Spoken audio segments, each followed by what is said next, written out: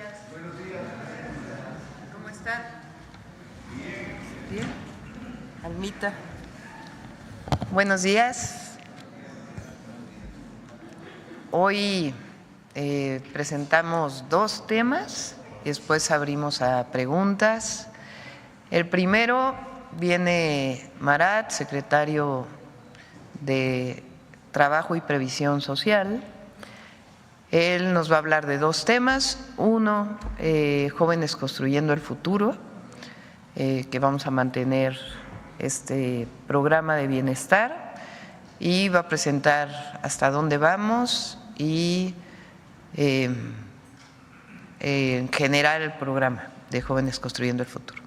Y el otro es lo que planteamos, que es parte de los 100 puntos que presenté en el Zócalo, que es la seguridad social para los trabajadores y trabajadoras repartidores.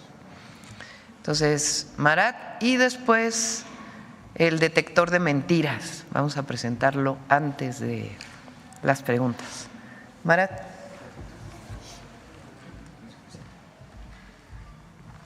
Muy buenos días a todas y todos. Me da muchísimo gusto estar en esta mañanera del pueblo para, justamente atendiendo las instrucciones de la presidenta, presentar lo relativo al programa Jóvenes Construyendo el Futuro, con lo cual les pediría por favor que nos ayuden con la primera diapositiva. Decir al respecto de este programa que, como saben, es un programa del bienestar del Gobierno de México enfocado a atender a hombres y mujeres jóvenes entre 18 y 29 años que no estudian y no trabajan, a través de la capacitación en el trabajo en diversas unidades económicas, como son talleres, negocios, empresas, tiendas, entre otros. Las y los jóvenes aprenden mientras en esta capacitación de 12 meses reciben un salario, además un salario mínimo de manera directa a través de la tarjeta del Banco del Bienestar. Y este apoyo económico es justamente muy importante porque además ha ido incrementando con el tiempo, a la par de lo que se ha ido incrementando también el salario mínimo. Y se suma a este apoyo el que se le da de la incorporación al seguro médico del IMSS para que los jóvenes a lo largo de esta capacitación, a lo largo de este año, puedan tener no solamente este derecho a la ocupación y al aprendizaje dentro de las unidades económicas, sino también a un seguro médico. Desde el año 2019, desde el inicio de su implementación, han participado 2.973.461 jóvenes, representando una inversión en la juventud sin precedentes en la historia de nuestro país, de más de 135,000 millones de pesos en 6 años, lo que contrasta de manera radical con los menos de 7,000 millones de pesos que se destinaron en los gobiernos neoliberales en cerca de 30 años que implementaron políticas de juventud, es decir, 135,000 en los gobiernos de la transformación a 7,000 que se hicieron durante 30 años de gobiernos neoliberales, pues es evidentemente un brinco importantísimo en la inversión de la juventud. Es importante aquí resaltar que este programa se aplica a nivel nacional, pero dándole preferencia y de atención a las y los jóvenes que habitan en los municipios y colonias con mayor pobreza y con mayor incidencia delictiva, siendo una herramienta fundamental de atención a las causas para complementar con ello la estrategia de pacificación del país. Asimismo, se destaca que 7 de cada 10 jóvenes que formaron parte del programa se encuentran ocupados posterior a su participación en él, ya sea con un empleo, con alguna ocupación productiva o también en el estudio. Y de igual manera es relevante señalar que 60% de las beneficiarias son mujeres. Con la siguiente, por favor. Como la presidenta también lo ha informado, Jóvenes Construyendo el Futuro se mantendrá como un programa para el bienestar del Gobierno de México, que además de ser materia de una de las reformas constitucionales en curso de revisión para establecerlo como un derecho a la juventud mexicana en el artículo 123 constitucional, pues también, como ya se ha mencionado, se va a hacer la incorporación de los nuevos jóvenes para el próximo año, haciendo una apertura, esto en el mes de diciembre, y comenzar así la incorporación para el año 2025, que se tiene estimada de 500,000 nuevos beneficiarios, nuevas beneficiarias. Esto va a representar en el año 2025 una inversión de 25,000 millones de pesos en este programa, con lo cual además lo vamos a complementar con una importante estrategia territorial para que podamos con ello llegar directamente a las comunidades donde los jóvenes así más lo requieren. Esto en cuanto al programa es cuanto, Presidenta, y si ahora nos lo permiten pasaríamos a también abordar el tema relativo a la reforma a la Ley Federal de Trabajo sobre el trabajo en plataformas digitales. Esto, como saben, pues es un compromiso establecido por la Presidenta de México para la atención de esta población y decirles en ese sentido que para dimensionar el impacto, la siguiente por favor, el impacto de la iniciativa de reforma tenemos que mencionar que según datos del Servicio de Administración Tributaria, cerca de 658,000 personas están empleadas a través de las plataformas digitales. De este universo, aproximadamente 272,000 personas trabajadoras, es decir, el 41% de ellas, logran ingresos equivalentes o superiores al salario mínimo mensual, lo que permite tener una estimación respecto al número de personas que podrían tener su fuente de ingresos principal o única a través de este tipo de trabajos. Siguiente, por favor. En ese sentido, quiero comentar que desde la administración del presidente Andrés Manuel López Obrador se comenzó un diálogo con las principales empresas, también con organizaciones de trabajadores, de las trabajadoras, con la finalidad de avanzar con una propuesta que permitiera justamente el reconocimiento de ellas y de ellos. Se han realizado cerca de 30 reuniones con los distintos representantes, donde también ha participado otras instancias del Gobierno de México. Destacar aquí, por ejemplo, el Instituto Mexicano del Seguro Social, evidentemente por ser la institución que da justamente estos servicios de cobertura de seguridad social y por supuesto también del Infonavit. Siguiente, por favor. Y comentarles que la regulación del trabajo en plataformas se encuentra lleno de retos y de oportunidades, donde encontramos justamente las siguientes. Por una parte, el modelo de negocios es un modelo donde, pues como conocen ustedes, se ofrece a choferes y repartidores la flexibilidad de horarios. Y por la otra también decir que este modelo permite ser una fuente de ingreso para miles de familias en todo el territorio nacional. Durante la pandemia, incluso ustedes recordarán, pues fueron estos trabajadores de plataformas digitales quienes tuvieron un auge, evidentemente, pues llevando incluso también servicios y también comida a domicilio. Uno de los desafíos de este sector es el reconocimiento de los derechos laborales de las personas trabajadoras, pues es muy limitado, lo que precariza su empleo. Es además inexistente el acceso a la seguridad social para las y los trabajadores y sus familiares, y además se generan desconexiones para las y los trabajadores de las aplicaciones digitales sin explicaciones previas ni tampoco avisos.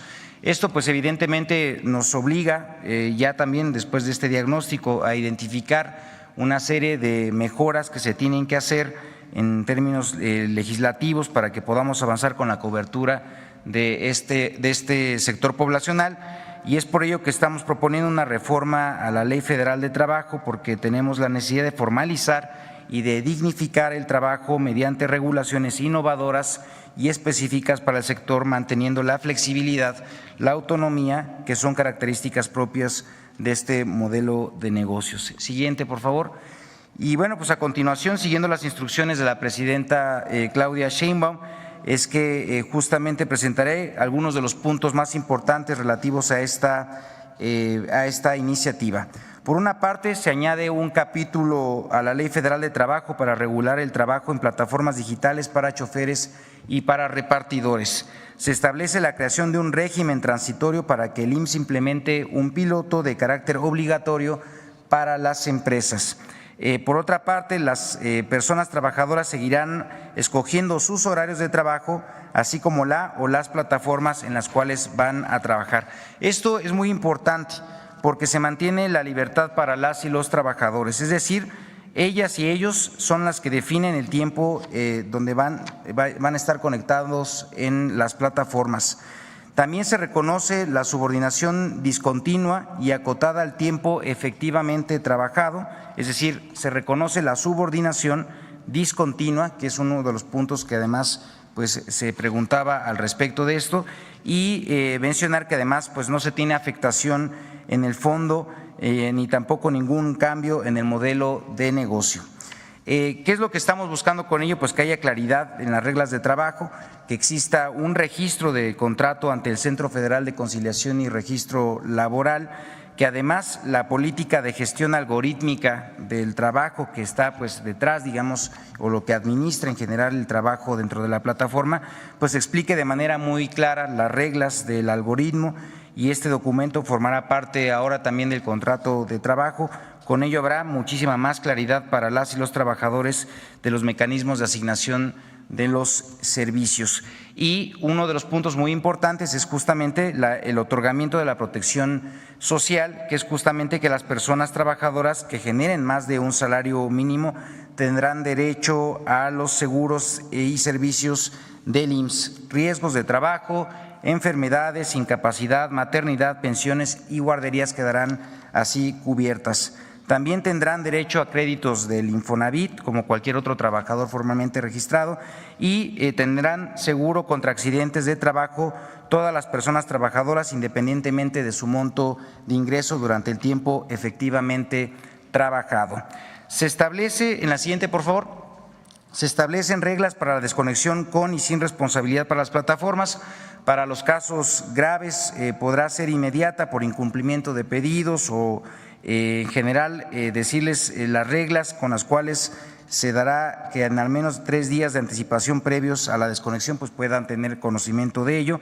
En todos los casos deberá haber mecanismos de revisión gestionados por personas y no por algoritmos o computadoras. Además que estamos incluyendo otras disposiciones, esto por ejemplo con perspectiva de género, incluyendo mecanismos especializados para la atención en casos de acoso, hostigamiento o similares.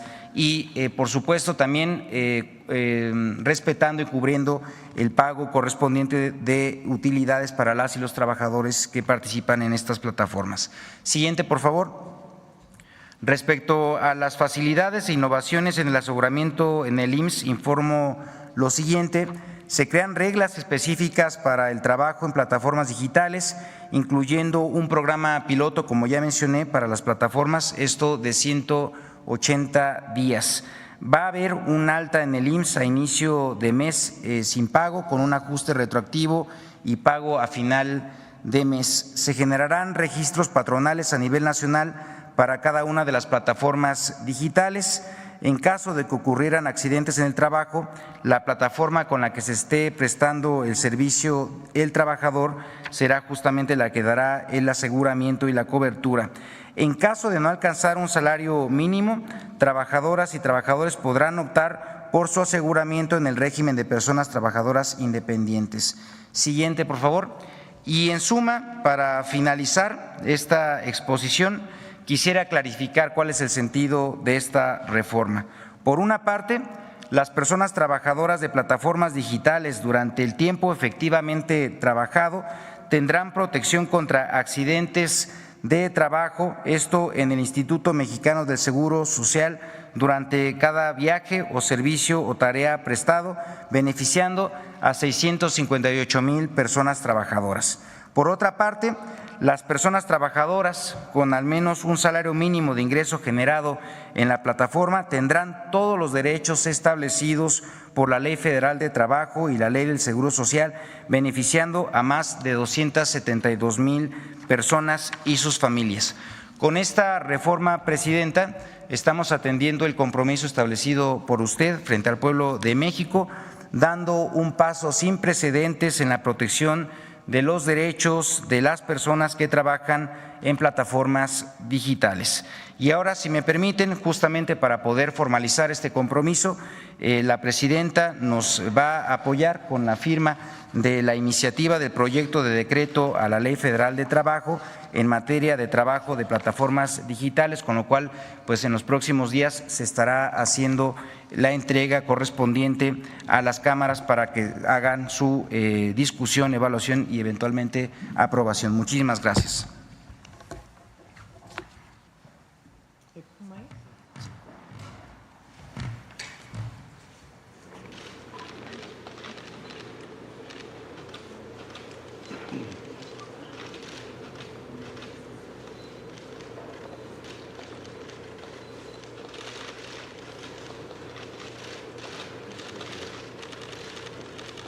la presenta? Bueno. ¿Cuándo la entrega? ¿Cuándo la entrega? Perdón, sí, justamente se va a hacer todos los procesos para que pues en estos días siguientes pueda ya ser presentada formalmente en la Cámara. Bueno, eso ya corresponderá eventualmente en diputados, va a ser Cámara de Diputados. Bien, pues muchísimas gracias. Permiso.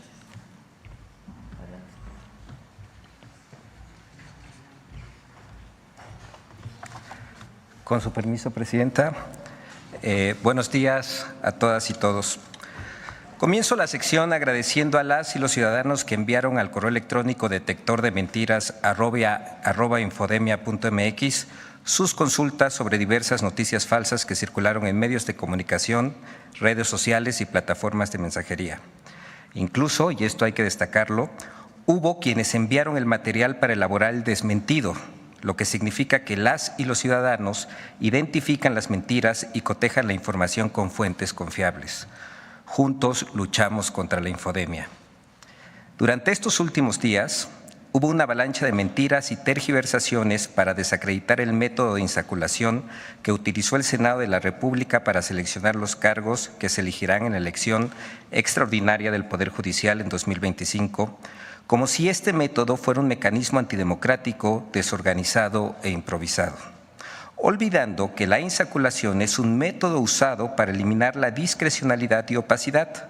Por ejemplo, en marzo de 2023, en la última designación de los consejeros electorales del Instituto Nacional Electoral, la Cámara de Diputados recurrió a este mecanismo como lo estipula el artículo 41 de la Constitución. Además, el propio INE utiliza la insaculación como un procedimiento aleatorio e imparcial de selección de los ciudadanos que desempeñarán los cargos de funcionarios de casilla. Esta semana también circularon en redes sociales videos creados o alterados con inteligencia artificial. Como cualquier tecnología, esta no es buena ni mala por sí misma, sino hay quienes la utilizan para generar mentiras y desinformar a la sociedad, como hay quienes utilizan a los medios de comunicación y a las redes sociales para diseminar mentiras y discursos de odio. Vamos a ver el video del detector de mentiras de esta semana.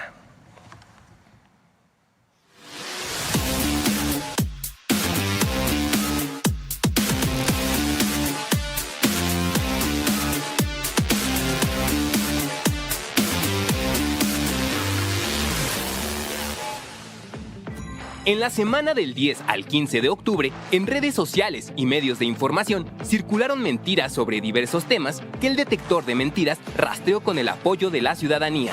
1. El Senado seleccionó por tómbola a jueces, magistrados y ministros del Poder Judicial. ¡Mentira! A través del proceso de insaculación realizado en el Senado el 12 de octubre, se seleccionó a la mitad de las magistraturas de circuito y juzgados de distrito a elegirse el 1 de junio de 2025. Es decir, solo se seleccionó a los puestos que se elegirán y no a las personas. Esta línea desinformativa también apareció en las columnas de periódicos de circulación nacional, pues de las 43 columnas publicadas el lunes 14 de octubre en los diarios Reforma, El Universal, Milenio, Excelsior y El Financiero, 21 de ellas, es decir, el 48.83%, incurrieron en información imprecisa o falsa sobre el proceso de selección de las judicaturas y magistraturas y de la reforma al Poder Judicial. 2. Las reformas de la Cuarta Transformación van en camino contrario a lo señalado en el libro ¿Por qué fracasan los países?, de los ganadores del Premio Nobel de Economía. ¡Mentira! El libro ¿Por qué fracasan los países? Fue publicado en 2012 y en él los autores señalan que en las décadas previas a su publicación, México ha continuado enfrentando problemas relacionados con la concentración del poder económico en manos de unos pocos. Es decir, cuestiona el modelo neoliberal y no a las políticas económicas actuales. 3. En redes sociales se reactivó un video en el que supuestamente la presidenta Claudia Sheinbaum llama a invertir en una plataforma financiera. ¡Mentira! El video está manipulado con inteligencia artificial.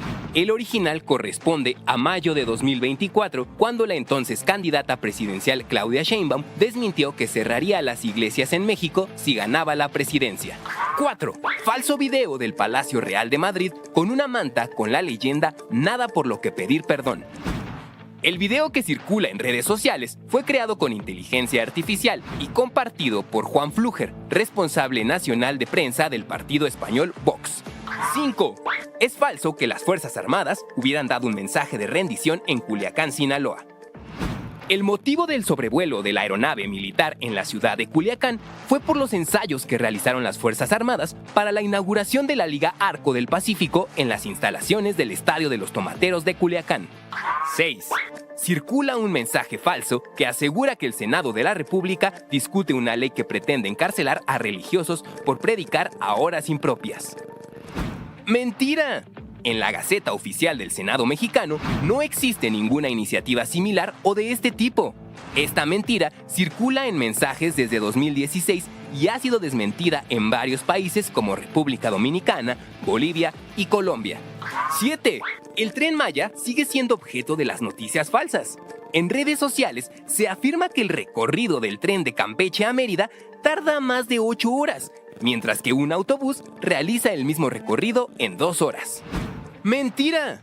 El recorrido del tren de San Francisco de Campeche a la estación Tella Mérida se realiza aproximadamente en 1 hora con 56 minutos y 2 horas 26 minutos, dependiendo el horario seleccionado, mientras que el autobús completa el recorrido de Campeche a Mérida en 2 horas con 35 minutos en promedio.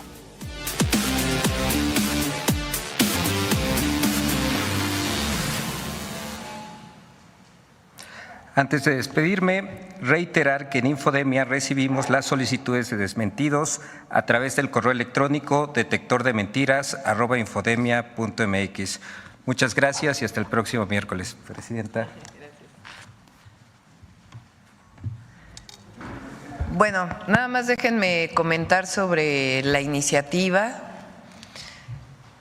Son 658,000, ¿verdad?, trabajadores y trabajadoras que están vinculadas con las plataformas digitales, quienes las hemos usado, quienes no conocen de ellas.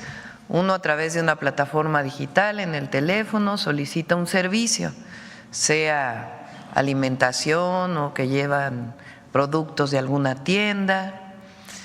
Este trabajo, como todos sabemos, aumentó mucho en la pandemia. O sea, estamos hablando de 658,000 trabajadores y trabajadoras en el país. Las contrataciones de estas plataformas, que la mayoría son empresas transnacionales, la mayoría, aunque hay algunas que están vinculadas a algunas tiendas, generaron una forma de incorporar a los repartidores que no tiene nada que ver con la Ley Federal del Trabajo, en una manera de no reconocer las obligaciones que tiene un empleador con sus trabajadores. Entonces se contratan como socios que no son socios, solamente para evitar incorporar a las y los trabajadores a los derechos que deben de tener. Si fueran socios, deberían de tener también reparto de utilidades. Entonces, el objetivo es regular y permitir que las y los trabajadores repartidores tengan derechos amparados por la ley. Algunos trabajarán 2 horas al día, se reconoce eso, no necesitan trabajar tiempo completo. Algunos otros trabajarán 8 horas al día, algunos trabajan hasta más. Todo eso tiene que ser regulado. ¿Para qué? Para beneficio de las y los trabajadores. Esto no se hizo aislado, se trabajó por la Secretaría del Trabajo durante varios meses con las plataformas y con las y los trabajadores, y también con el IMSS, Infonavit.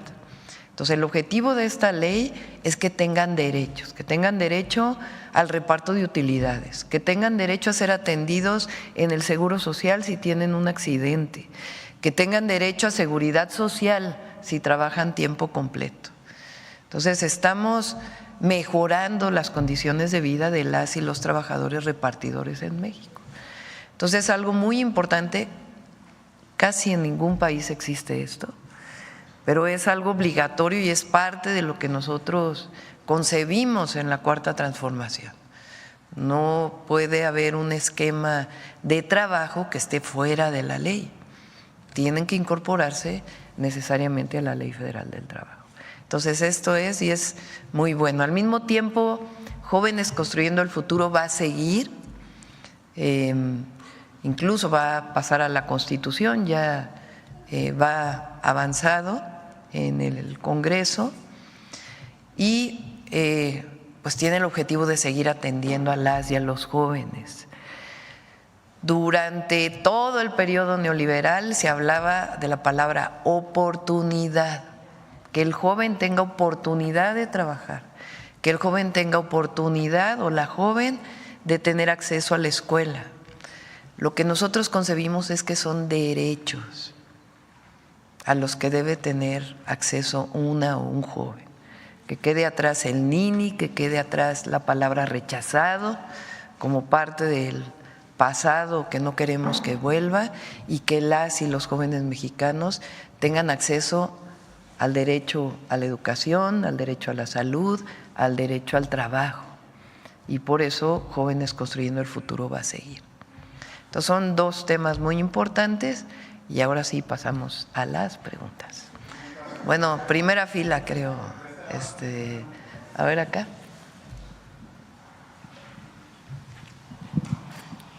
Buenos días, Presidenta. Alejandra Tornés para Somos Más Tabasco. Tengo 3 preguntas. Presidenta, uno de los temas que preocupa mucho y tiene que ver con la atención a las causas de inseguridad es el acceso a programas de prevención y tratamiento de adicciones. En este sentido, Presidenta, preguntarle, ¿cuál considera que serán los principales retos en su administración en materia de atención a los jóvenes y en la lucha contra las adicciones? Esa es la primera. La segunda, sobre el decreto que existe de la eliminación gradual del uso de glifosato en México, preguntarle, ¿sigue vigente? ¿Cuál sería la ruta en su administración sobre este tema? Y por último, Presidenta, si pudiera informar, se dio a conocer que estará en Tabasco el viernes. ¿Así es? Y si nos pudiera adelantar algo sobre ello. Sí. Además de Jóvenes Construyendo el Futuro, vamos, como me comprometí, y ya lo vamos a informar, a ampliar el número de preparatorias en sus diferentes formatos, presencial, semipresencial, a distancia, y de universidades.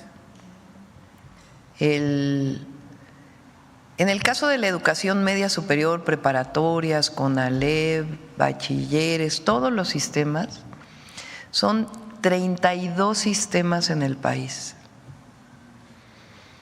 federales y estatales.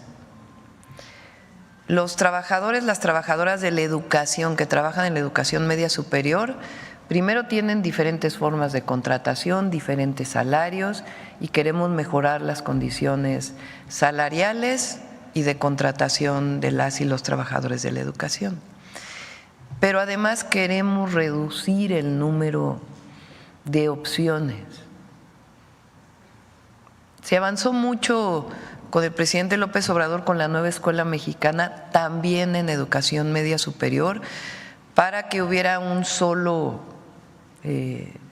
programa de estudios, tanto la técnica como el bachillerato general. Y nosotros queremos seguir avanzando en ello. En dos sentidos. Uno, que las y los jóvenes que vienen de secundaria no diga la educación pública de bachillerato qué mal vienen preparados los jóvenes de secundaria, porque finalmente es la educación que imparte el Estado. Entonces, que haya un vínculo entre la secundaria y la preparatoria. Dos, que además de la beca no dejen los jóvenes la preparatoria por otras razones. A veces es porque el programa de estudios no corresponde a lo que ellos están viviendo, a lo que necesitan y a estar en la escuela con gusto. Entonces es un programa muy ambicioso que lo estamos desarrollando. La subsecretaria de Educación Media Superior es quien fue rectora de la Universidad Autónoma de la Ciudad de México, Tania Rodríguez, ¿es? Rodríguez, ¿verdad? Tania Rodríguez, que es de primerísima, con Mario Delgado, y ya lo vamos a presentar pronto aquí. Y después las universidades, vamos a ser más universidades. Universidades del Bienestar, Benito Juárez, y vamos a hacer nacional la Universidad Rosario Castellanos y hacer nacional la Universidad de la Salud. Cuando fui jefa de gobierno creamos estas universidades, hoy tienen 50,000 jóvenes estudiando.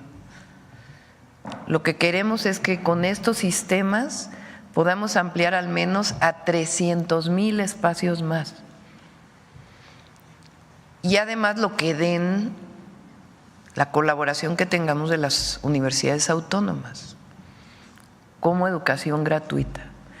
En la medida en que las y los jóvenes tengan acceso a la educación todavía en una mejor condición, acceso al empleo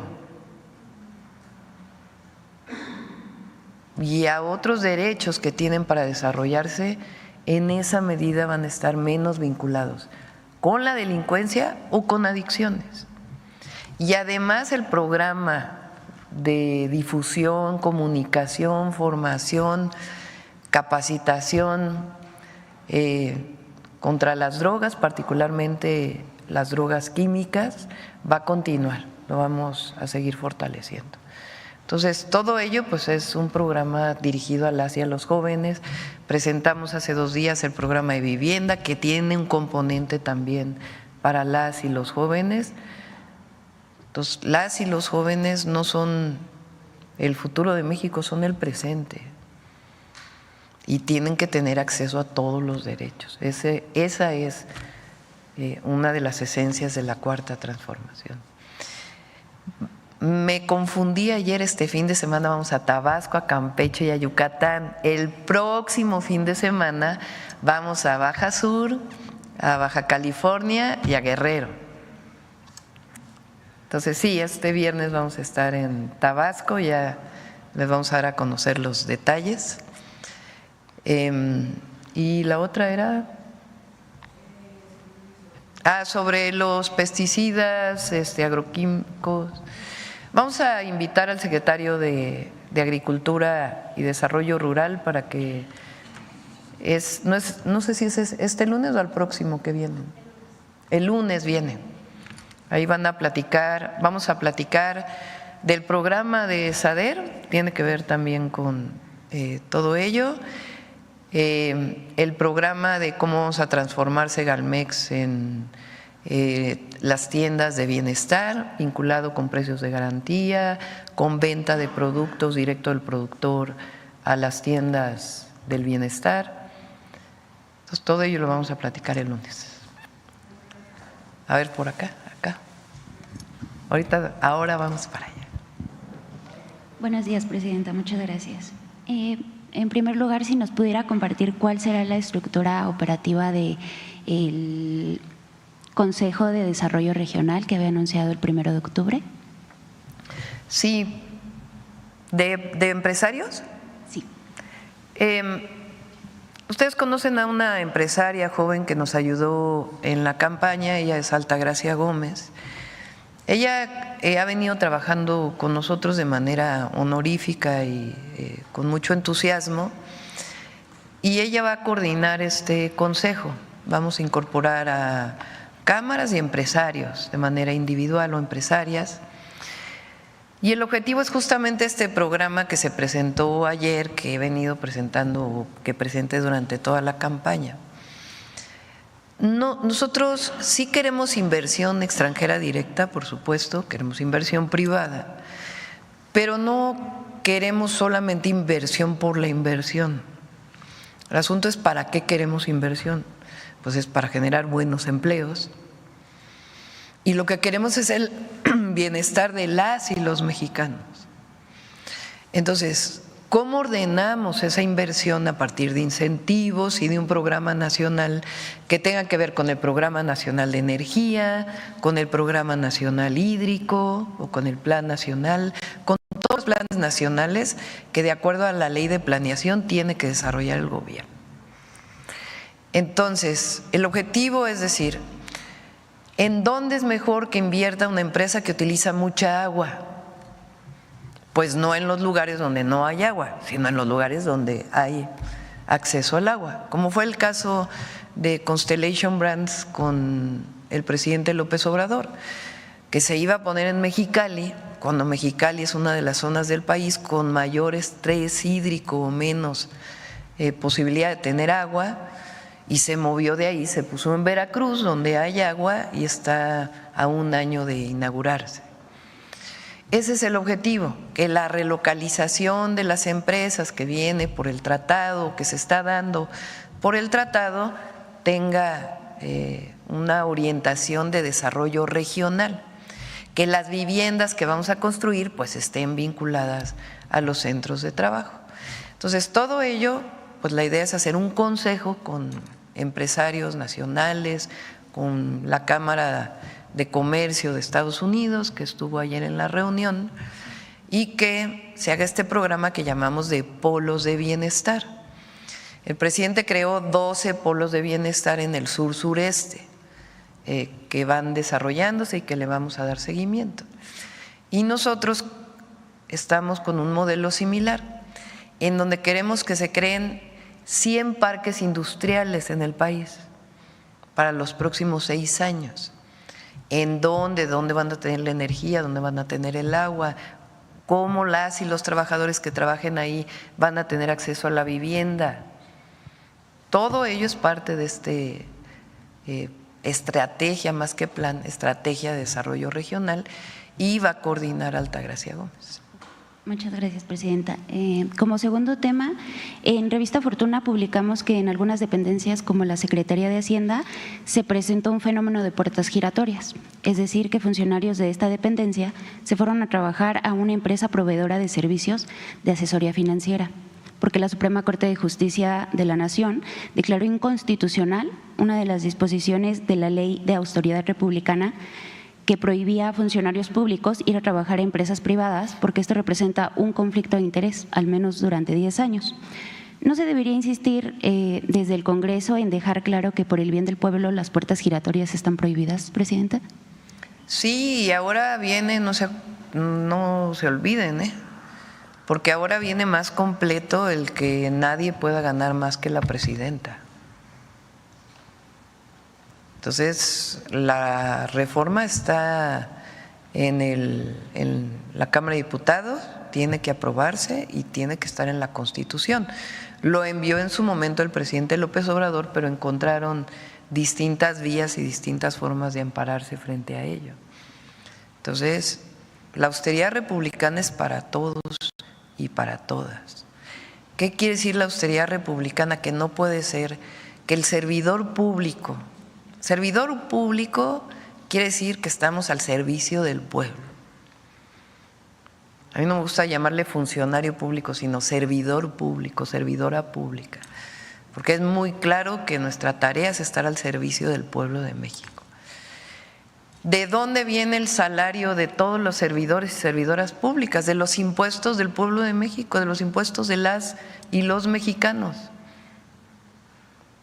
Desde empresarios hasta el impuesto que se paga con el IVA al comprar un producto.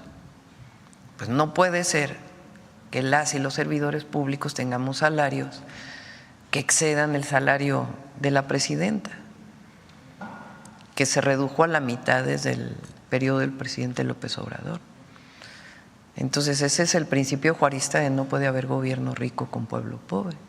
Y al mismo tiempo vamos a revisar nuevamente para que no haya otros casos como el de Zedillo, que privatizó los ferrocarriles Hubo empresas que se vieron beneficiadas de esa privatización, sale del gobierno y se va a trabajar a la empresa que se vio beneficiada con la privatización. O Iberdrola, que no sabemos cuál es la relación de Calderón con Iberdrola en su momento. Entonces eso no puede ser, es conflicto de interés. Tú no puedes beneficiar a una empresa siendo servidor público para que después te contrate con sueldos millonarios. Entonces esos conflictos de interés quedaron en el pasado. Eso es lo que llamamos la separación del poder político del poder económico. Entonces sí lo vamos a revisar. Muchas gracias, presidenta. Almita, a ver, vamos con las mujeres primero. Presidenta, hoy se va a discutir en el Senado la reforma energética. Sin embargo, llama mucho la atención que no se quitó el párrafo hoy en la Cámara de Diputados sobre la transición energética. ¿Habrá un llamado a los senadores para que se corrija? O, como dicen especialistas, será en leyes secundarias, por favor. Sí. El presidente López Obrador envió una iniciativa para cambiar empresas productivas del Estado por empresas públicas del Estado. 1. 2. Para que en el caso del Internet tenga posibilidad el Estado de proveerlo sin necesidad de que sea a través de una empresa. Es decir, puede proveerlo directamente CFE. Y la tercera, que hubiera la posibilidad de que CFE, por ser empresa pública, sea la que pueda entrar al despacho de generación eléctrica con preponderancia. ¿Qué se agregó adicionalmente? Que las empresas públicas de energía del Estado no sean consideradas monopolios. Eso es lo que se aprobó. Eso que hace fortalecer a las empresas públicas. Y como expliqué ayer en la reunión con los empresarios, el objetivo es que CFE tenga 54% al menos de la generación y el resto lo pueda proveer la empresa privada con reglas muy claras. Entonces recupera lo público las empresas del Estado. Además, la comisión de la Cámara de Diputados agregó un párrafo en la anterior legislatura. En ese párrafo no quedaba claro exactamente a qué se referían. Formalmente era para la transición energética, pero en el párrafo no quedaba claro si era solamente obligación del Estado la planeación de la transición o también la producción de todas las fuentes renovables de energía. Si hubiera quedado como tal el párrafo, no hubiera sido consistente con lo otro que estamos planteando. Es decir, si hubiera quedado así, podía ser que si uno pone un panel fotovoltaico en su casa estuviera prohibido. Entonces, lo que decidimos es que esa parte quede en la ley secundaria. Queremos la transición energética, queremos más fuentes renovables de energía, pero no necesariamente tiene que quedar establecido en la Constitución, particularmente en esos dos artículos donde de lo que se habla principalmente es de las características de las empresas públicas. Entonces, esa es la razón por la cual se quitó ese párrafo de la transición y va a quedar en las leyes secundarias. Presidente. Y qué bueno que ya se aprobó en el Senado, ya se aprobó, entiendo, en el Senado. Faltan los estados, pero es algo muy importante. Y hablando de legisladores, quisiera preguntarle, la semana pasada hubo el reparto de comisiones, estuvo muy cuestionado por cómo se dio, que inclusive hubo acusaciones de amenazas, etcétera, ¿no? ¿Qué llamado le haría a los legisladores? Sobre todo porque hay códigos en el caso de Morena y pareciera como que no se hubieran respetado. Yo no me voy a meter al funcionamiento interno pues del Congreso. Es una responsabilidad de las y los legisladores. Mi opinión es que las y los legisladores tienen una tarea fundamental y es regresar a su territorio. Sí, proponer leyes, votar las leyes, discutirlas, debatirlas, pero las y los legisladores fueron electos por el pueblo y muchas veces llegan a ese lugar, al Congreso, a ese gran edificio, y ya no salen de ahí.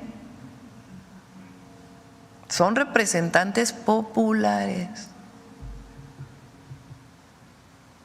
Entonces, si están en una comisión o no, pues es asunto de ellos en qué comisión y cómo se eligen. Pero lo que es mi opinión muy personal es que además de estar ahí, creo que ahora las sesiones son martes y miércoles. Bueno, pues tienen jueves, viernes, sábado, domingo, lunes. Los que no están en comisiones y no tienen una tarea legislativa particular para ir a hablar con la ciudadanía, a informar de las reformas al Poder Judicial, de la reforma que se está haciendo a las empresas públicas del Estado en materia energética.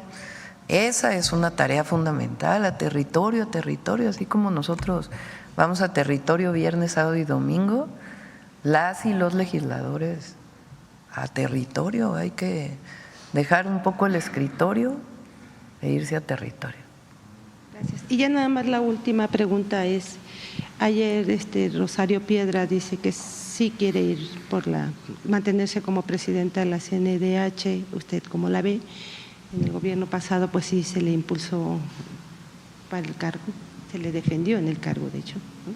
Pues depende también del Senado. Quien decida el Senado es una atribución de ellos.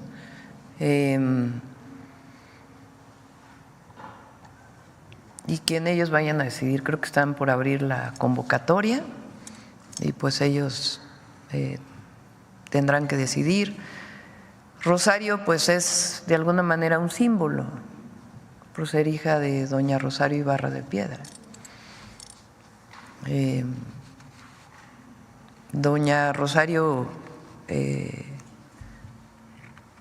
alguna vez le platiqué que cuando yo estudié en el CCH Sur y cuando tenía 15 años, hace ya un buen rato,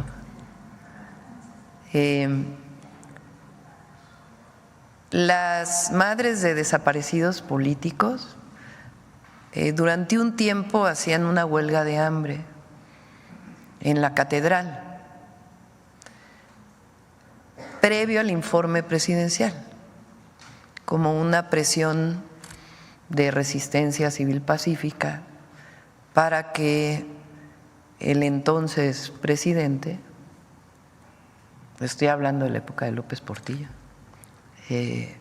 se manifestara en torno a los desaparecidos políticos. Que es muy claro que eran desaparecidos ahí sí, con toda la orden desde los más altos niveles del poder de desaparecer a quienes estaban en contra del régimen entonces. Y cuando estaba en el CCH, pues nos organizamos como estudiantes para venir a ver a las madres que estaban en huelga de hambre. Doña Rosario decía que, porque yo le conté que la primera vez que dormí fuera de mi casa por un asunto político, pues tenía que ver con que había estado aquí con ellos en la huelga de hambre. Después ellas fueron desalojadas porque venía el informe presidencial. Pues era una época de un Estado represor. Entonces Rosario, hija de doña Rosario Ibarra de Piedra, pues es en muchos sentidos un símbolo de la lucha de las madres de desaparecidos por razones políticas de aquella época, ¿no?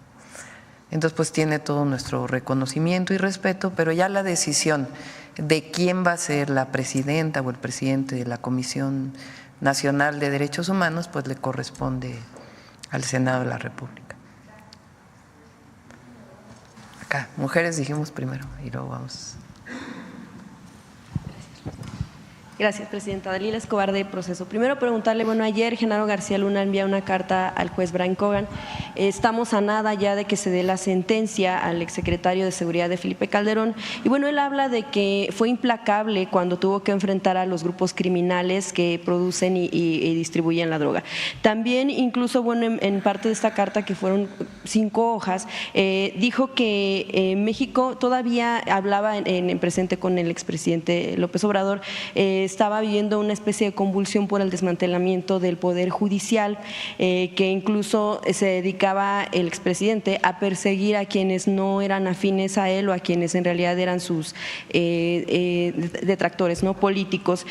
También, bueno, aborda la negativa del diálogo con Estados Unidos y pidió la consideración del juez en torno a que se tomen en cuenta la sentencia, porque él asegura que desde el gobierno se enviaron pruebas falsas en su contra, que además se utilizó el testimonio de un criminal y otro tipo de situaciones en su contra. Preguntarle, evidentemente usted ahora como presidenta de México y como sucesora de la persona del mismo movimiento, quisiera preguntarle cómo considera usted o cómo se toman estas declaraciones, sobre todo cuando se habla en contra, sí, de una reforma al Poder Judicial, pero también de la fabricación de delitos que él acusa, aunque sabemos, bueno, que en México este tipo de cuestiones, señalamientos, se conocían desde incluso 2012 y desde entonces pues tampoco se había hecho nada para investigarlo aquí en el país.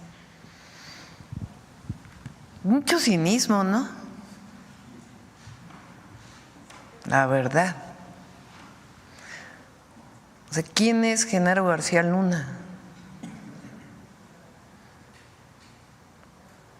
Aquí el presidente López Obrador habló de que incluso la Fiscalía tiene una investigación de que está involucrado con con esconder al segundo tirador del asesinato de Colosio, trabajando él en el CISEN. Llega a ser, bueno, con Fox de la AFI, creo era, ¿no?, de la Agencia Federal de Investigación. Y luego llega a ser secretario de Seguridad.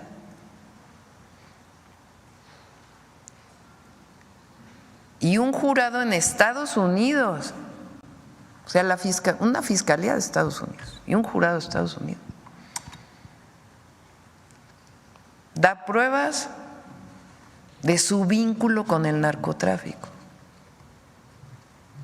y de los beneficios que él tuvo por estar vinculado con el narcotráfico.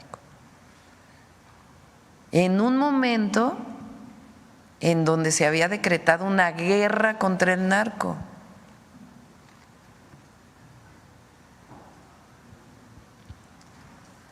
Entonces, ¿qué tiene que ver eso con la reforma al Poder Judicial?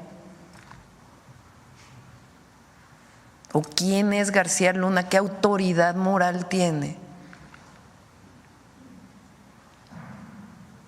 para hablar de lo que está pasando en México y lo que decidió el pueblo de México?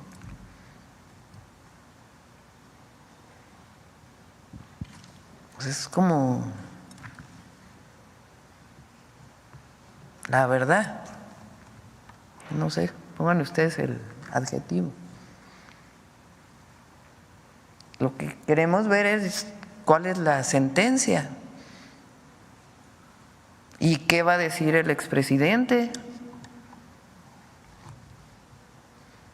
Que llegó con el haya sido como haya sido. O sea, un expresidente, Calderón, que llega con un fraude electoral a la presidencia y para legitimarse decreta una guerra contra el narco.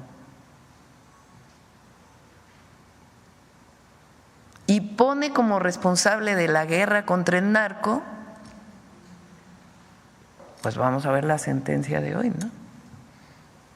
pues a un narco.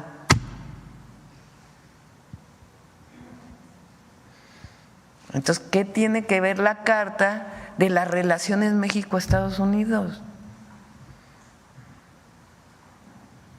O de la reforma al Poder Judicial. O sea, ¿qué autoridad moral tiene para estar hablando de una decisión del pueblo de México? Entonces, sí, pues vamos a ver la sentencia y mañana platicamos de nuevo del caso, porque son cosas que no se pueden olvidar en México.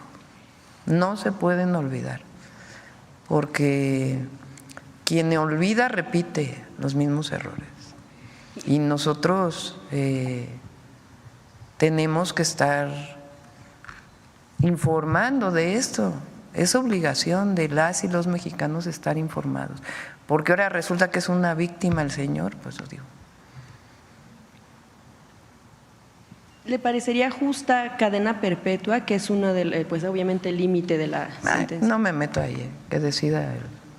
Bien, gracias, presidenta. En otro tema, lo que tiene todo lo relacionado, lo que ha estado relacionado con el caso del gobernador Rubén Rocha, el gobernador de Sinaloa. Si bien, bueno, pues ha dicho, ya lo había mencionado usted, que no se habían encontrado pruebas. Bueno, pues la pregunta surge en torno a todo lo que se ha dado alrededor de estos señalamientos y de por qué el foco en el gobernador. También lo que tiene que ver, por ejemplo, desde la denuncia que hizo el propio Héctor Melesio Cuen, quien fue asesinado, lo sabemos, en el entorno de la detención de la captura de Ismael Zambada, quien incluso lo había denunciado al exgobernador por cuestiones de negocios ilícitos mediante empresas favorecidas por el erario estatal, pero también quedaron pendientes otras denuncias por enriquecimiento inexplicable que no se concretó. Bueno, pues iba en esa ruta porque, bueno, se dio justo en el momento en el que se da toda esta situación del asesinato que generó días después violencia en el estado, pero también todo lo que ha pasado en torno a lo que sucedió con el vuelo, si se dio o no con esta salida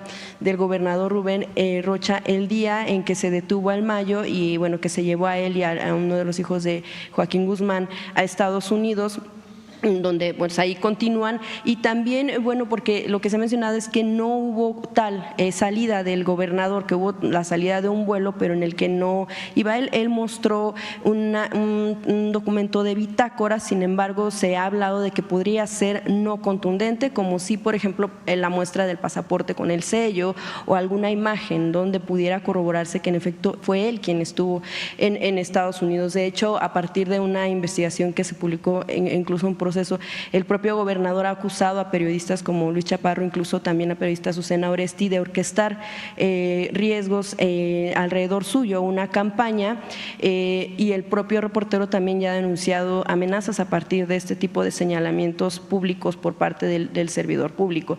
Independientemente del informe que se espera por parte del gobierno de Estados Unidos, en México hay aparatos de inteligencia, no está el Centro Nacional de Inteligencia.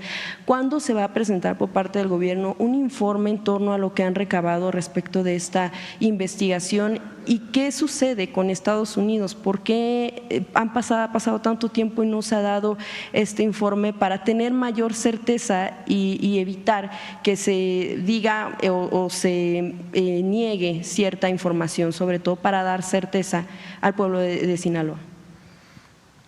Sobre el caso del gobernador, en todo caso es la Fiscalía General de la República que atrajo el caso del exrector de la Universidad Autónoma de Sinaloa, y ellos pues están haciendo en todo caso la investigación, ellos son los que tendrían que informar, y yo creo que no hay que especular, sino sencillamente pues si hay algo pues que se diga si hay algo, y si no pues también que se deje de especular sobre esto. Lo que es, creo yo, más importante es el tema del informe de Estados Unidos.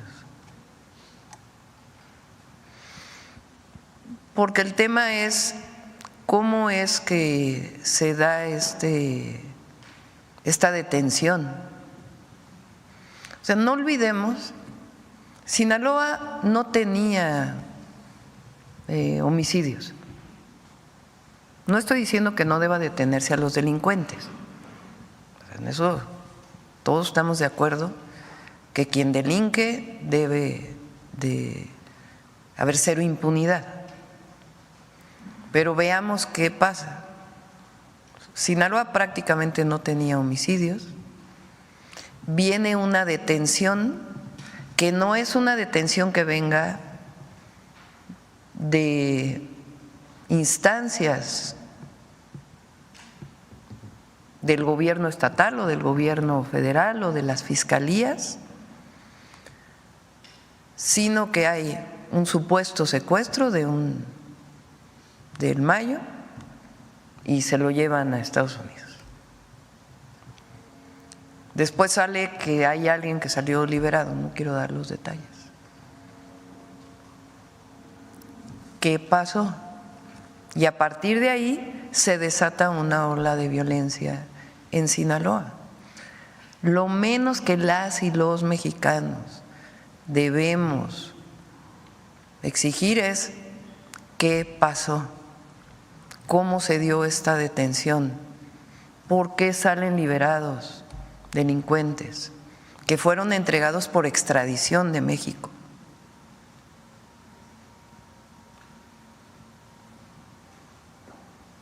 Entonces, eso sigue, o sea, que se dé toda la información. ¿Quién está en esta investigación y todo? Es la Fiscalía General de la República. Pero no hay que especular, desde mi punto de vista, porque es acusar a alguien sin pruebas, pues no es bueno. Entonces hay que hacer que actúen las instancias correspondientes. En caso de que resulte responsable el gobernador, que se proceda conforme a como debería cualquiera, ser. No hay impunidad, o sea, hay cero impunidad, pero tampoco es justo que se especule sobre un gobernador o gobernadora. Si hay pruebas, pues que se presenten. Presidenta, ya ha sido tema este asunto de que Estados Unidos no entrega la información y además a qué lo atribuye. A final de cuentas, como bien menciona, antes de la detención no se tenían estos niveles de violencia que en Sinaloa, y el expresidente hablaba de una corresponsabilidad de Estados Unidos por provocarle de alguna manera. ¿Usted considera lo mismo, pero sobre todo por qué o a qué atribuye que Estados Unidos, y si se lo han pedido directamente en algunas de estas reuniones? Sí, en su momento lo hizo el presidente López Obrador por escrito, y es el que haya cambiado la administración, el gobierno, no quiere decir que esa carta no deba ser respondida. Hay continuidad, entonces todavía es importante que se dé respuesta a ello. Gracias, Presidenta. Y finalmente, nada más por no dejar pasar, mencionaba en un asunto también de… Y repito, nosotros estamos haciendo nuestro trabajo, la Fiscalía está haciendo su trabajo y nos corresponde también disminuir los índices delictivos. Pero hay que saber por qué, qué hubo detrás exactamente. ¿Sería pertinente que en algún tiempo determinado la Fiscalía ya nos dé un informe de los avances de su propia investigación aquí en México? Pues le corresponde a la Fiscalía. Nosotros lo que tenemos con ellos ahora pues es, buscamos más coordinación para la actuación permanente, pero ellos tienen autonomía y definen si se informa o no. Le mencionaba ¿Y cómo? Porque también hay líneas de investigación que tienen que ellos guardar para poder seguir desarrollando. Y bueno, le mencionaba finalmente el caso, por no dejar pasar, mencionaba usted un asunto de austeridad. El caso del diputado local en Coahuila, Antonio Flores, pues es un empresario también carbonífero con contratos de la Comisión Federal de Electricidad y bueno, pues también legislador local, a quien bueno se le señalaba por estar viajando en un Lamborghini en calles de Musquis. Evidentemente, bueno, pues eso pudiera parecer apegado a lo que tiene derecho, a final de cuentas. Sin embargo, bueno, pues estaría un tanto en contra del asunto de la austeridad, pero sobre todo por ser una persona que además de ser un servidor, un legislador, pues tiene contratos de una empresa en una zona donde sabemos pues también hay condiciones precarias laborales, en donde hay incluso que estas condiciones precarias han generado la muerte, por ejemplo, el caso de mineros. Sabemos toda esta zona de Musquis, Sabinas, en donde se han dado accidentes que por un lado tenemos la cara de las condiciones en las que trabajan estos mineros y por otro lado Estado tenemos este tipo de exhibiciones, de alguna manera, y este tipo de lujos que tienen algunos servidores que, además de tener un salario que viene del erario, tienen contratos que también viene del erario. Podría haber a lo mejor una revisión para que no hubiera esta tal vez duplicidad, y también pues ¿qué opina en torno a que se den este tipo de cuestiones? Gracias, presidenta. Mi opinión es que un legislador no debe tener contratos con el gobierno. Esa es mi opinión, y hay que buscar si se puede legislar en torno a ello, porque no se puede tomar como un conflicto de interés. Pueden ser empresarios, empresarias, y que tengan contratos con privados, pero no creo que un legislador o legisladora deba tener contratos con gobierno. Incluso lo planteé para algunos casos de en su momento de Morena, que había empresarios y yo dije, bueno, a ver, se separan de su empresa para evitar cualquier conflicto de interés. Hay que predicar con el ejemplo siempre. Y si hay algún conflicto de interés, pues que se plantee. Si no está legislado, pues hay que ver cómo se legisla, porque no es correcto.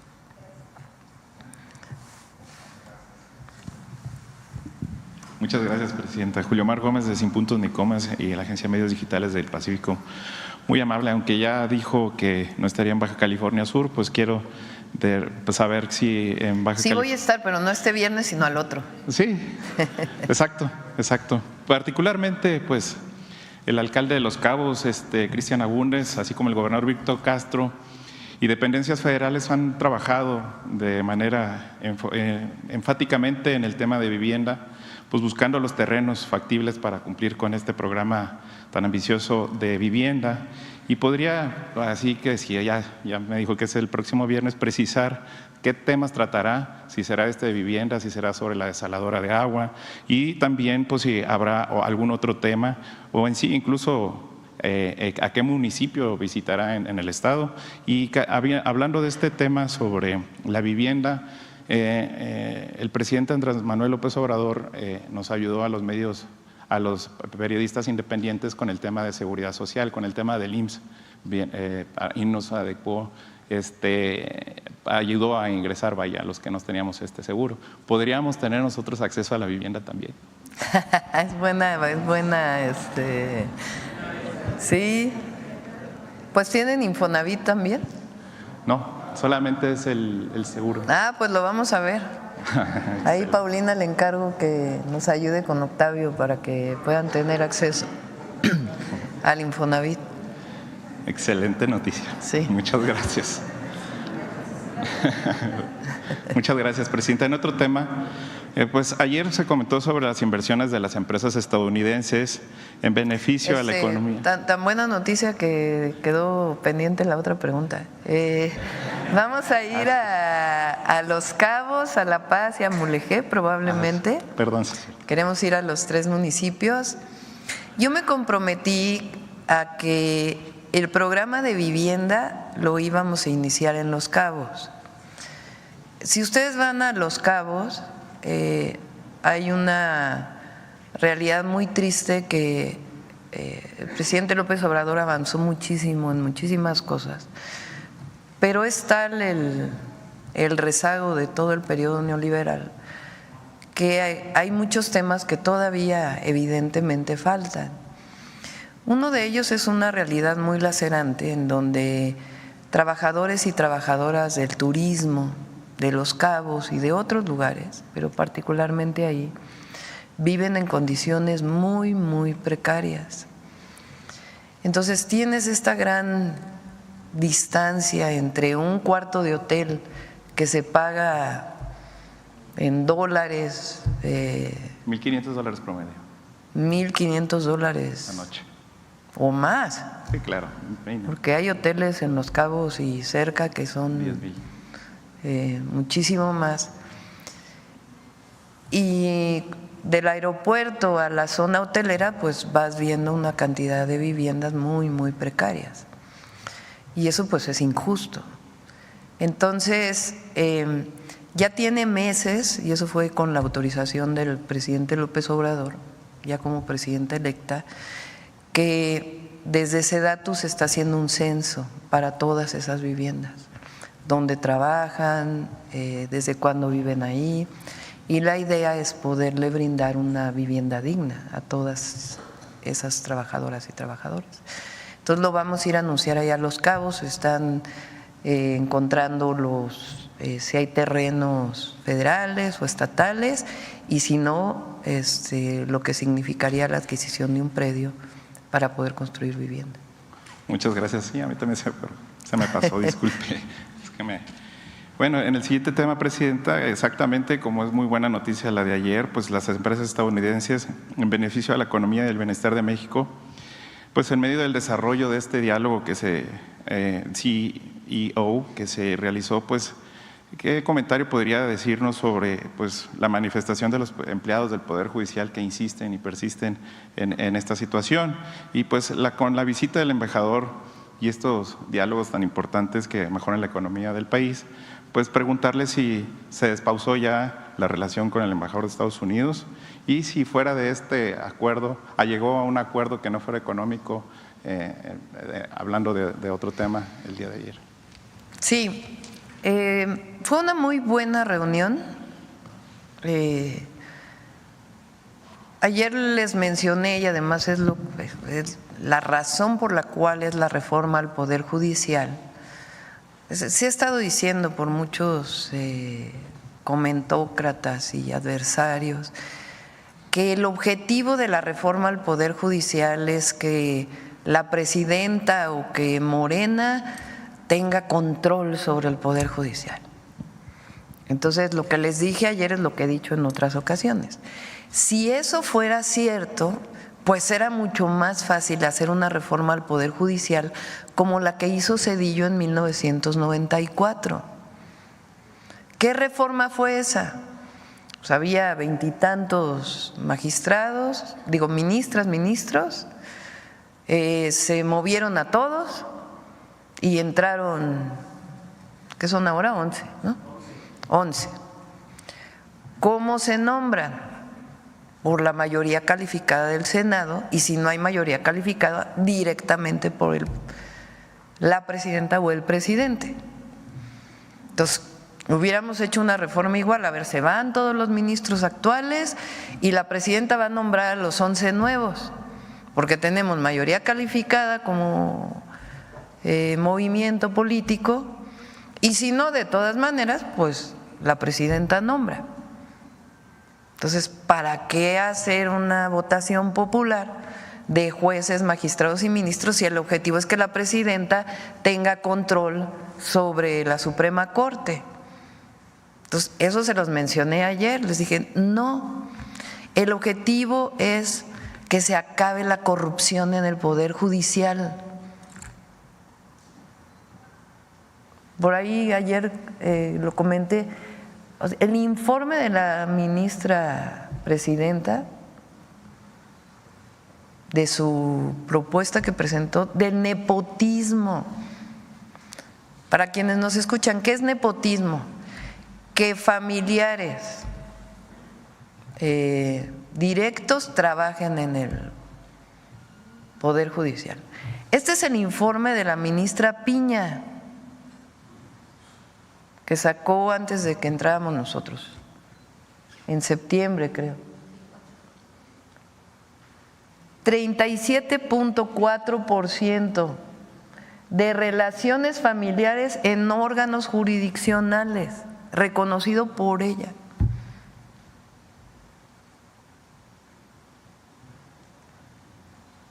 Entonces defienden la carrera ¿cómo llaman? La carrera judicial. Pues, o sea, explíquenme la carrera judicial cuando cerca de la mitad o poco menos de la mitad son familiares, hijos, primos, hermanos, cuñados, sobrinos. Si a eso le agregamos todas las arbitrariedades que se han cometido en los pasados 6 años que tienen que ver con liberaciones de delincuentes, que tienen que ver con no pago de impuestos, que tienen que ver con amparos que no corresponden con la justicia. Si a eso le agregamos que el mexicano, mexicana de a pie, le es muy difícil tener acceso a la justicia, pues ¿qué queremos entre todas y todos los mexicanos? Un verdadero poder judicial que esté al servicio del pueblo y de la nación y de los intereses particulares, o no llamamos, de los derechos particulares que están en todo caso en conflicto. Entonces, ayer se los dije, ¿qué queremos? Pues un sistema, un poder judicial que esté al servicio de la nación. Y también les dije, toda mi vida luché por la democracia, no llegamos a la presidencia a ser autoritarios. Si nosotros creemos en la democracia, en las libertades, nosotros hemos sido los que luchamos por el México que se está construyendo. Entonces, todo eso abiertamente se les planteó y también dijimos, queremos que continúe el tratado, queremos que se invierta en México, las inversiones en México van a estar seguras, va a haber certidumbre de todo tipo. Entonces, y también dije, vamos a seguir dialogando siempre. Si no estamos de acuerdo en algo, pues también se vale, para eso es la democracia. Pero seguir con este diálogo. Entonces planteamos, por ejemplo, una mesa de trabajo sobre relocalización, una mesa de trabajo sobre inseguridad en carreteras, que es un tema que plantearon, una mesa de trabajo sobre cruces fronterizos, porque México ha avanzado mucho en los cruces fronterizos y del otro lado de la frontera se ha avanzado muy poco. Entonces fue muy bueno porque es una relación honesta, franca, y al mismo tiempo pues saben que nosotros lo que queremos es que siga habiendo inversiones en México y que las inversiones de los inversionistas extranjeros están protegidas en nuestro país. ¿Y sobre la despausada con el embajador? ¿O sigue pausada? No, se están reuniendo a través del secretario de Relaciones Exteriores, que fue lo que planteamos.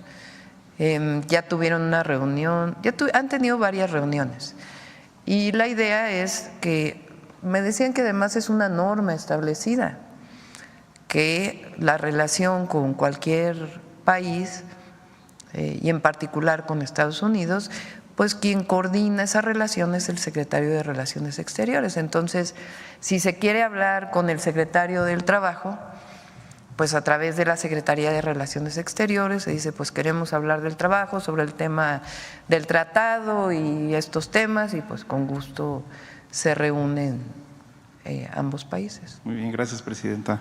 Bueno, el pasado viernes los paisanos migrantes se manifestaron afuera del edificio del Consulado General de Nueva York para exigir el relevo de Jorge Isla.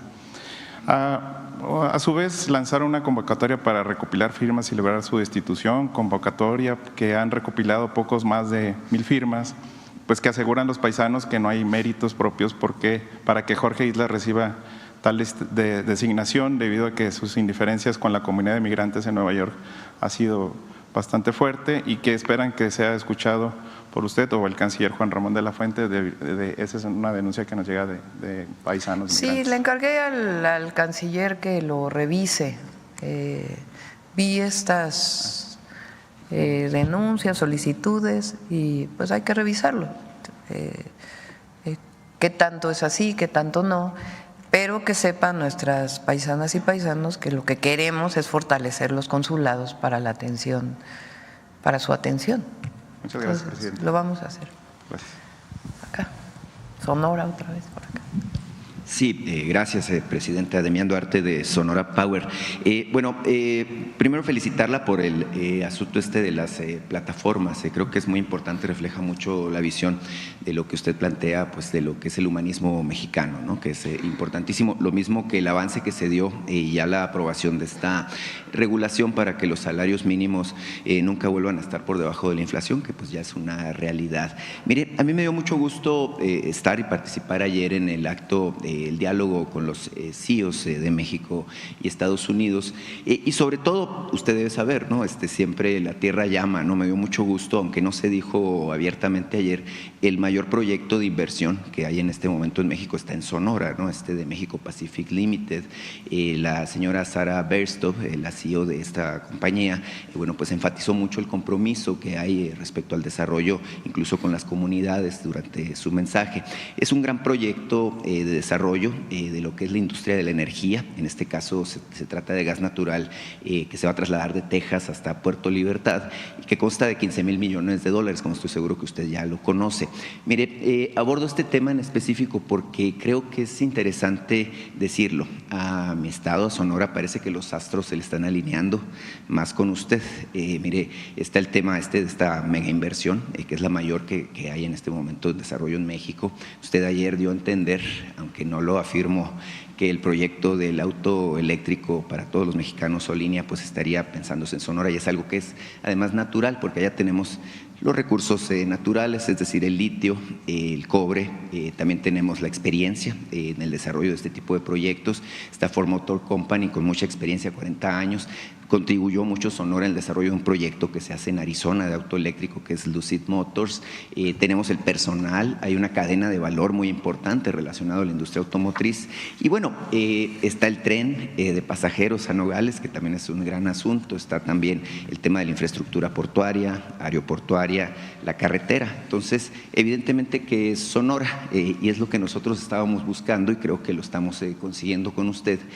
Pues se está convirtiendo ahora sí pues en uno de los hilos conductores, por no decir una de las locomotoras, válgame ahora que hablamos de trenes, del desarrollo nacional.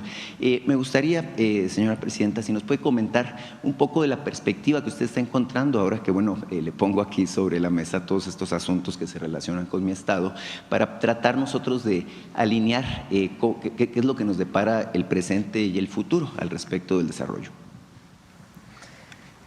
Bueno, Sonora tiene muchas virtudes para desarrollar el llamado Plan Sonora. ¿Y por qué razón se hizo el Plan Sonora ahí? Sus recursos naturales, obviamente su pueblo, su gente, y tiene la posibilidad de desarrollar esta cadena de producción desde los semiconductores hasta la producción de los vehículos eléctricos. Entonces, lo hemos hablado con el gobernador, se requieren una serie de incentivos que los estamos trabajando y al mismo tiempo la construcción del proyecto integral. Tiene litio, obviamente, tiene cobre y además está el puerto de Guaymas, que ya inició con el presidente Andrés Manuel López Obrador y su desarrollo. ¿Y qué vamos a hacer nosotros? Además de seguir apoyando en este sentido más obras de infraestructura. Entonces está el ferrocarril, está las carreteras, la de Bavispe a Nuevo Casas Grandes, que va a permitir que haya comunicación hasta Ciudad Juárez. Está la carretera que inició de Guaymas a Chihuahua, que la vamos a seguir ampliando, y algunas otras obras de infraestructura que son importantes. Ya se hicieron obras en la frontera para generación eléctrica. Se hizo también, vinculado con Baja California, la nueva línea de alta tensión que permite el sistema interconectado nacional. Entonces, pues ya podemos, si quieren, un día invitamos al gobernador y hablamos del Plan Sonora con todas sus virtudes. Claro, cómo no. En este contexto se habla de polos de bienestar y bueno, yo vi la proyección que tenían y Sonora venía considerado de manera importante, muy en específico nuestra zona fronteriza, Nogales, San Luis Río Colorado, Agua Prieta, pero también el caso de Hermosillo, Guaymas, Ciudad Obregón. Hay una inquietud ya de hace algunos años en Sonora de buscar la oportunidad de establecer una suerte de corredor industrial con ciertos incentivos, justamente para propiciar esto de lo que estamos hablando, ¿no?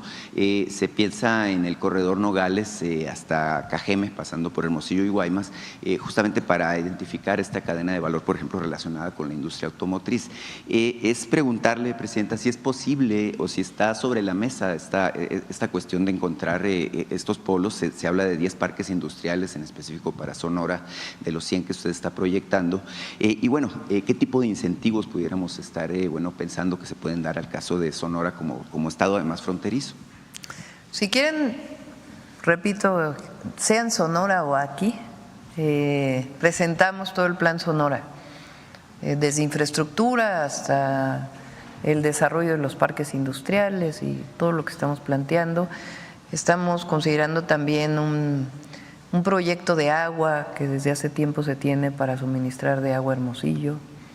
Entonces, hay varios proyectos para Sonora. Claro que sí, va a ser muy bienvenida a nuestra tierra. En otro tema, Presidenta, y no sé si nos pueda ir adelantando cuándo va a ir, por cierto, porque la estamos esperando desde el 4 de octubre, se decía que iba y finalmente no se dio. Sí, ya vamos, ahora sí que cerrando meses. Entonces ahora tenemos octubre, no va a tocar Sonora en este caso. Repito, el viernes vamos a Tabasco, el sábado a Campeche, el domingo a Yucatán. La próxima semana vamos a Baja California Sur, Baja California y Guerrero. Vamos a darle seguimiento a Guerrero y además al plan que tenemos con Guerrero. Y ya en noviembre ya informamos. Después va a venir viene el fin de semana del Día de Muertos, 1, 2 y 3. Y luego ya de ahí regresamos a nuestras giras. Claro, ¿cómo? No, vamos a estar trabajando aquí. Bien, la vamos a esperar en Sonora. Acabamos de entrar. Presidenta, mire, ayer la compañera Nancy Flores hacía o retomaba. Bueno, a ustedes sí les voy a dar su día. Creo que viernes es primero, ¿verdad? Sí. No hay gira. No, sí, la compañera Nancy Flores retomaba el tema de la misoginia como un tema importante y sobre todo, mire, lo que hemos visto como una reacción de grupos muy conservadores, que a mí no me parece que sea un tema de casualidad o de iniciativa de alguno de los caricaturistas o columnistas que normalmente tienen este tipo de actitudes.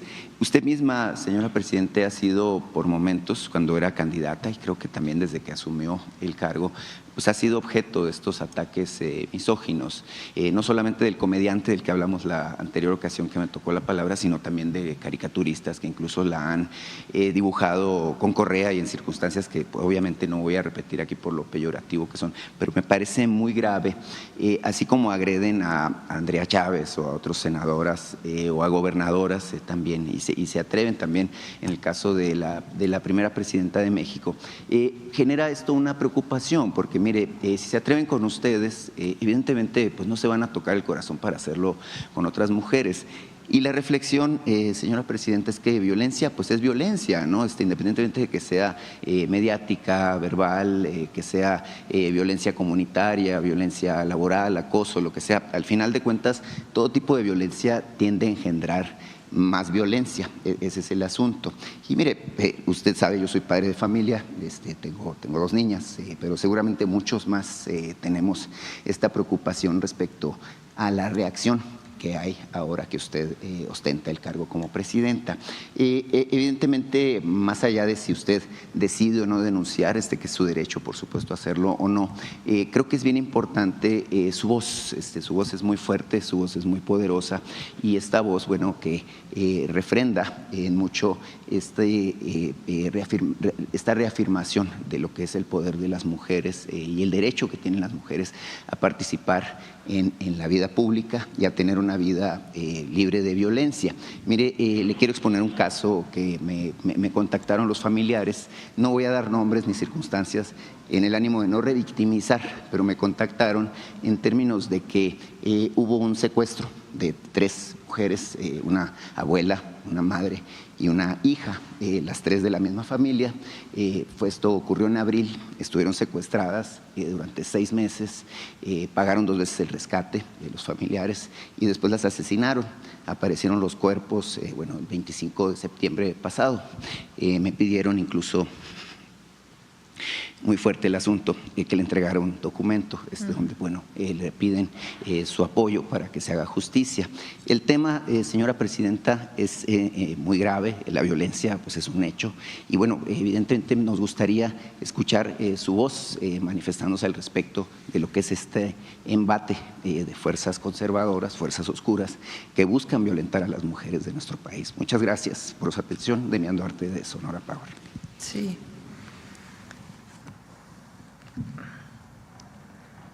Vamos a separar los temas porque cada uno tiene su magnitud, su complejidad y su propia problemática.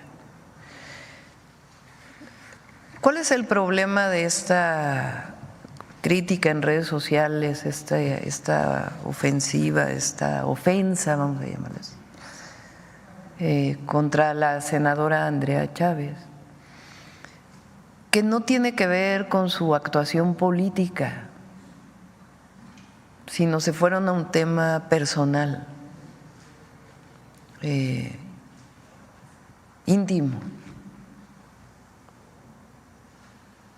en una violencia que no es justificable. Distinto es, más allá de si hay alguna misoginia o no, que es condenable, cuando es un tema político expresado en una imagen. El problema aquí es que no tenía nada que ver con sus posiciones políticas, con su posicionamiento, sino con un tema absolutamente personal y con su cuerpo. Y eso debe denunciarse. Hombres y mujeres, no solo las mujeres. O sea, eso es violencia por el solo hecho de ser mujer. Entonces, por eso ahí mi solidaridad y mi apoyo. Ella tomó la decisión de aparte hacer una denuncia penal por la ley Olimpia. Pero lo que nosotros no podemos permitir es ese tipo de violencia que tiene que ver con el ser mujer. Repito, es muy distinto a las caricaturas que incluso me hicieron a mí, que pudieran rayar en la misoginia, pero que tienen que ver con un asunto político que se quiere describir. No, aquí no tenía nada que ver con un asunto político, se fueron con un asunto personal, íntimo de ella. Eso no es aceptable. Y entre todos y todas, tenemos que parar eso. Porque eso es discriminación. Pero además es violencia contra una joven, sea senadora o no. Entonces, esa es mi posición respecto a ello. Por otro lado, tiene que ver con la discriminación por ser mujer, que lleva en algunos casos a la violencia física. Muchas veces de los propios familiares. Yo decía que de los feminicidios, al menos en la Ciudad de México, que fue lo que me tocó ver durante muchos años, lamentablemente el homicida en la mayoría de los casos estaba vinculado con alguien relacionado con la mujer, pareja, expareja, en muchísimos casos. Y eso significa que había un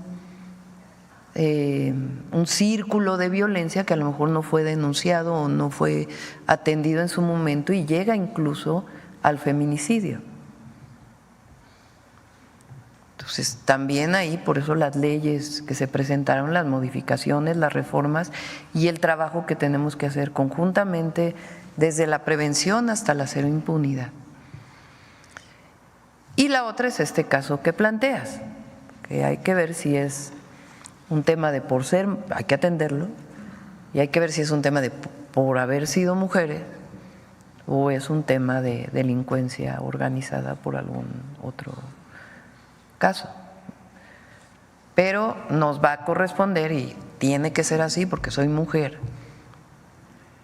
estar denunciando estos casos y estar llamando la atención, porque fíjense, con esto cierro porque ya son 9:15 y prometimos que a las 9 cerrábamos, o más o menos alrededor de las 9.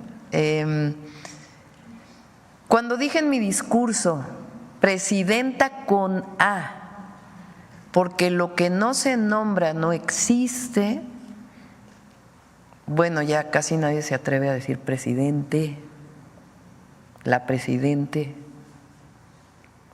O sea, tuvo su impacto. Y es igual la ingeniera, no es la ingeniero, es la ingeniera, no es la abogado, es la abogada.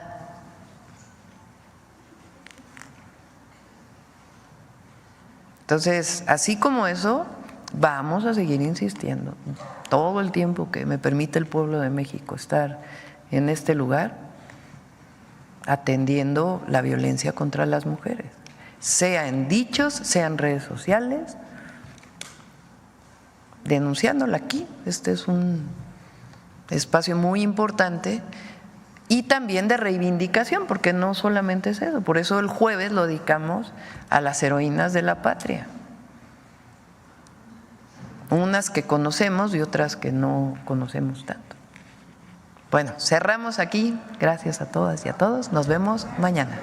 Gracias.